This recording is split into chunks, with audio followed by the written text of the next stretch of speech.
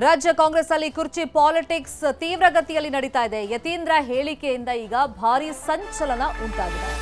ಬಿಹಾರ ಚುನಾವಣೆವರೆಗೂ ಕೂಡ ಸಸ್ಪೆನ್ಸ್ಗೆ ತೆರೆ ಬೀಳಲ್ಲ. ಅದಾದ್ಮೇಲೆ ಮೇಜರ್ ಬೆಳವಣಿಗೆಗಳು ರಾಜ್ಯ ಕಾಂಗ್ರೆಸ್ ಅಲ್ಲಿ ಆಗುತ್ತೆ ಅನ್ನೋ ಲೆಕ್ಕಾಚಾರದಲ್ಲಿ ರಾಜ್ಯ ನಾಯಕರಿದ್ದಾರೆ.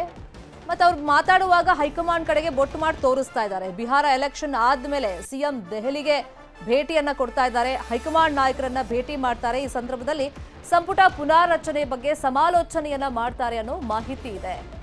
ಇನ್ನೊಂದು ಕಡೆ ಡಿಕೆ ಶಿವಕುಮಾರ್ ಕೂಡ ದೆಹಲಿಗೆ ಪ್ರತ್ಯೇಕವಾಗಿ ಹೋಗೋದಕ್ಕೆ ಸಿದ್ಧತೆಯನ್ನ ಮಾಡಿಕೊಳ್ತಾ ಇದ್ದಾರೆ.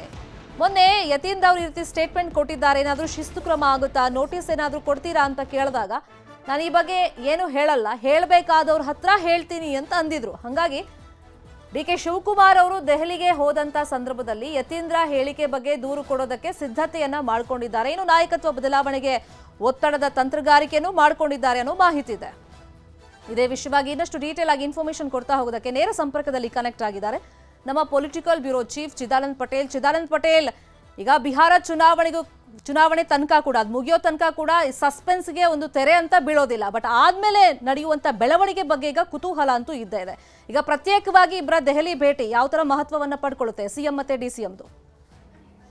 ಶರ್ಮಿತಾ ಶೆಟ್ಟಿ ನವೆಂಬರ್ 19ಕ್ಕೆ ಮುಖ್ಯಮಂತ್ರಿ ಸಿದ್ದರಾಮಯ್ಯ ನೇತೃತ್ವದ ಕಾಂಗ್ರೆಸ್ ಸರ್ಕಾರಕ್ಕೆ ಭರ್ತಿ 2 ವರ್ಷ 6 ತಿಂಗಳು ಮುಗಿಯಲಿದೆ.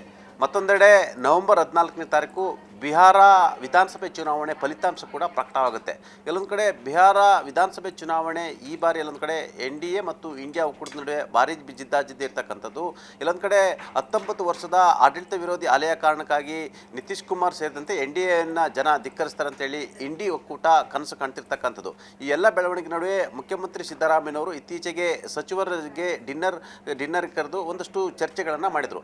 ನವೆಂಬರ್ 2ನೇ ತಾರೀಕಿನಿಂದ 9ನೇ ತಾರೀಕುವರೆಗೆ ಬಿಹಾರ ಚುನಾವಣೆ ಪ್ರಚಾರದಲ್ಲಿ ಮುಖ್ಯಮಂತ್ರಿ ಸಿದ್ದರಾಮಯ್ಯ ಮತ್ತು ಉಪಮುಖ್ಯಮಂತ್ರಿ DK ಶಿವಕುಮಾರ್ ಸೇರಿದಂತೆ ಕರ್ನಾಟಕದ ಮುಕ್ಕಾಲು ಭಾಗ ಸಚಿವರಿಗೆ ಕೂಡ ಜವಾಬ್ದಾರಿ ಕೊಟ್ಟಿರ್ತಕ್ಕಂಥ ಅನೇಕ ಜಿಲ್ಲೆಗಳ ಜವಾಬ್ದಾರಿಯನ್ನು ಕೊಟ್ಟಿರ್ತಕ್ಕಂಥದ್ದು.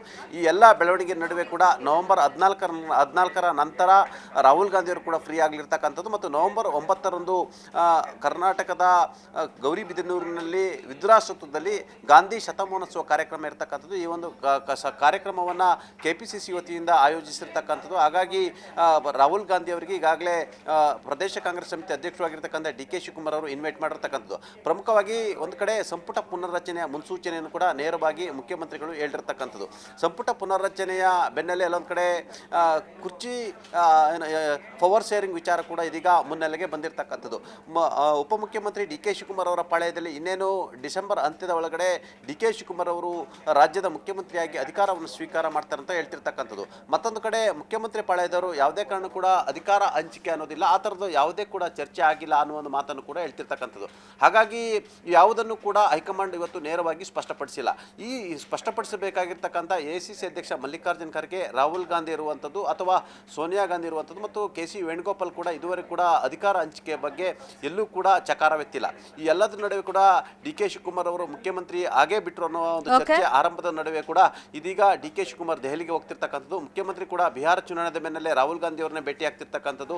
9ನೇ ತಾರೀಕು ರಾಹುಲ್ ಗಾಂಧಿ ಅವರ ಭೇಟಿಯ ಕರ್ನಾಟಕಕ್ಕೆ ಭೇಟಿ ಕೊಡ್ತಿರ್ತಕ್ಕಂಥದ್ದು.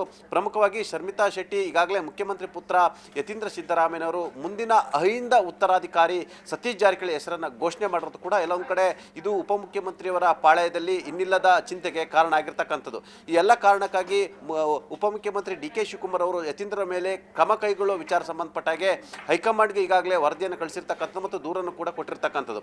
ಅಲ್ಲದೆ ಯತೀಂದ್ರ ಸಿದ್ದರಾಮಯ್ಯ ಆ ಅರ್ಥದಲ್ಲಿ ಹೇಳಿಲ್ಲ ಅನ್ನೋ ರೀತಿಯಲ್ಲಿ ಈಗಾಗಲೇ ಮುಖ್ಯಮಂತ್ರಿಗಳು ಕೂಡ ಸಮರ್ಥನೆಯನ್ನು ಕೊಟ್ಟಿರ್ತಕ್ಕಂಥದ್ದು. ಇದರ ಬೆನ್ನಲ್ಲೇ ಯತೀಂದ್ರ ಸಿದ್ದರಾಮಯ್ಯ ಬೆನ್ನಿಗೆ ಅಹಿಂದ ವರ್ಗ ಮತ್ತು ಅಹಿಂದ ವರ್ಗಗಳ ಒಕ್ಕೂಟ ಬೆನ್ನಿಗೆ ನಿಂತಿರ್ತಕ್ಕಂಥದ್ದು. ಸತೀಶ್ ಜಾರಕಿಹೊಳಿ ಅವರು ಮುಂದಿನ ಉತ್ತರಾಧಿಕಾರಿ ಅಂತ ಹೇಳಿದ್ರೆ ತಪ್ಪಿಲ್ಲ. ಯಾಕಂತ ಹೇಳಿದ್ರೆ ದೇವರಾಜ ಅರಸು, S ಬಂಗಾರಪ್ಪ, ನಂತರ ಸಿದ್ದರಾಮಯ್ಯ ನಂತರದಲ್ಲಿ ಸತೀಶ್ ಜಾರಕಿಹೊಳಿ ಅವರು ಅಹಿಂದ ಸಮುದಾಯದ ನೇತೃತ್ವವನ್ನು ವಹಿಸ್ತಾರೆ. ಕಾಂಗ್ರೆಸ್ಗೆ ಅಹಿಂದ ವರ್ಗದ ಮತಗಳೇ ಎಲ್ಲೊಂದು ಕಡೆ ಕಾಂಗ್ರೆಸ್ಸನ್ನು ಕೈ ಹಿಡಿಯೋದು ಅಂತೇಳಿ ಇವತ್ತು ಅಹಿಂದ ಒಕ್ಕೂಟಗಳ ಸಭೆ ನಡೀತಿರ್ತಕ್ಕಂಥದ್ದು ಬೆಂಗಳೂರಿನಲ್ಲಿ ಮತ್ತು ಪತ್ರಿಕಾಗೋಷ್ಠಿಯಲ್ಲಿ ಕೂಡ ಯತೀಂದ್ರ ಸಿದ್ದರಾಮಯ್ಯ ಹೇಳಿಕೆಯನ್ನು ಕೂಡ ಸಮರ್ಥನೆ ಮಾಡಿಕೊಳ್ಳಲಿಕ್ಕೆ ತೀರ್ಮಾನವನ್ನು ಮಾಡಿರುವಂಥದ್ದು ಶರ್ಮಿತಾ ಶೆಟ್ಟಿ. ಥ್ಯಾಂಕ್ ಯು ಚಿದಾನಂದ್ ಪಟೇಲ್ ಈ ಕ್ಷಣದ ಮಾಹಿತಿಗೆ.